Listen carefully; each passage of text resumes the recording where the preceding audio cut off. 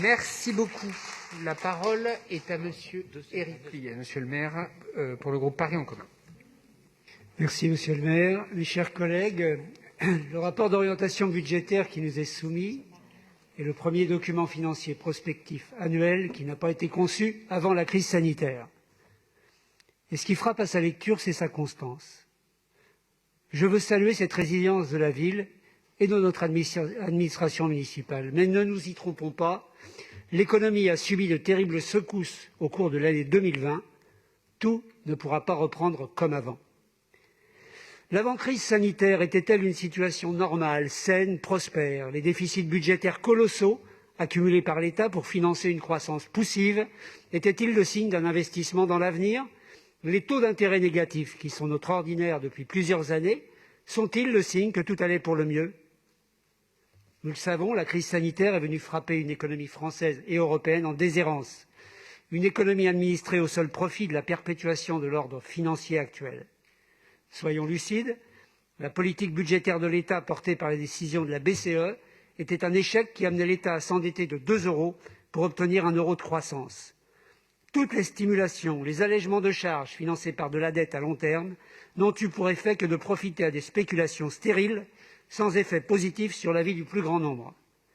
Entendons-le, mes chers collègues, à la veille de la crise sanitaire, l'économie française était déjà un grand corps malade. Notre ville, si résiliente soit-elle, a subi un choc budgétaire considérable en 2020.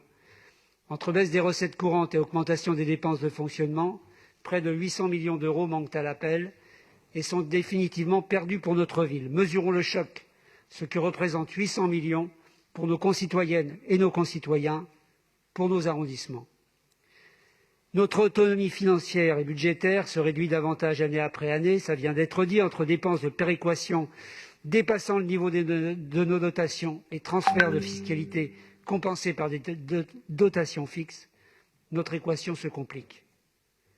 Mais revenons à 2021. Si on le veut bien considérer, et c'est notre cas, que la finalité du politique, c'est de servir l'intérêt général, cela nous a amené en 2020 et nous amènera en 2021 à prendre les mesures budgétaires nécessaires au soutien de nos concitoyennes et de nos concitoyens.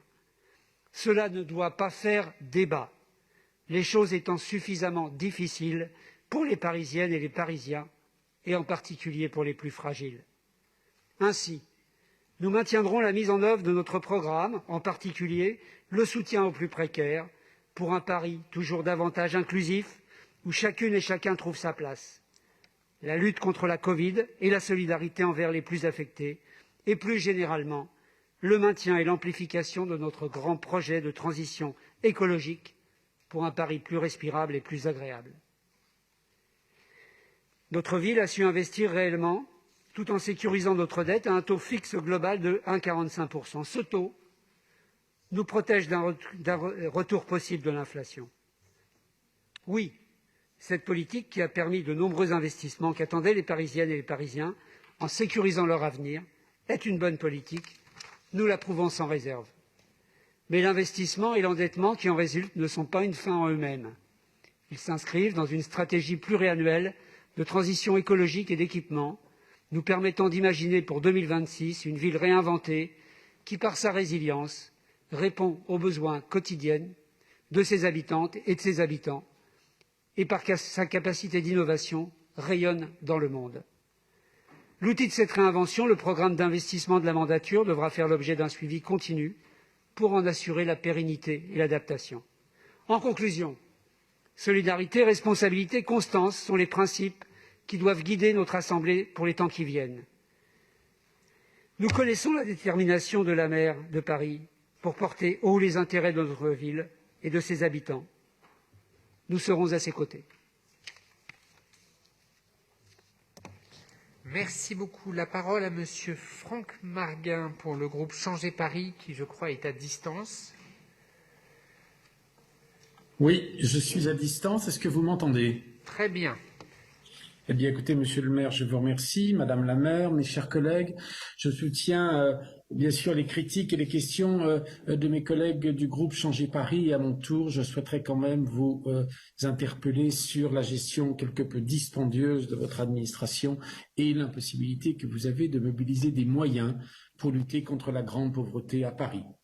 Vous connaissez la fable de La Fontaine, la cigale ayant chanté tout l'été. Eh bien, il nous semble que vous chantiez depuis plus de 6 ans maintenant. La digitalisation et les innovations technologiques entraînent des économies dans toutes les administrations, dans toutes les collectivités, et ce, depuis les 3 derniers gouvernements, mais pas à Paris. La gestion publique oblige, et en particulier oblige d'avoir des marges de manœuvre en cas de crise, telle que nous la vivons à Paris, et il se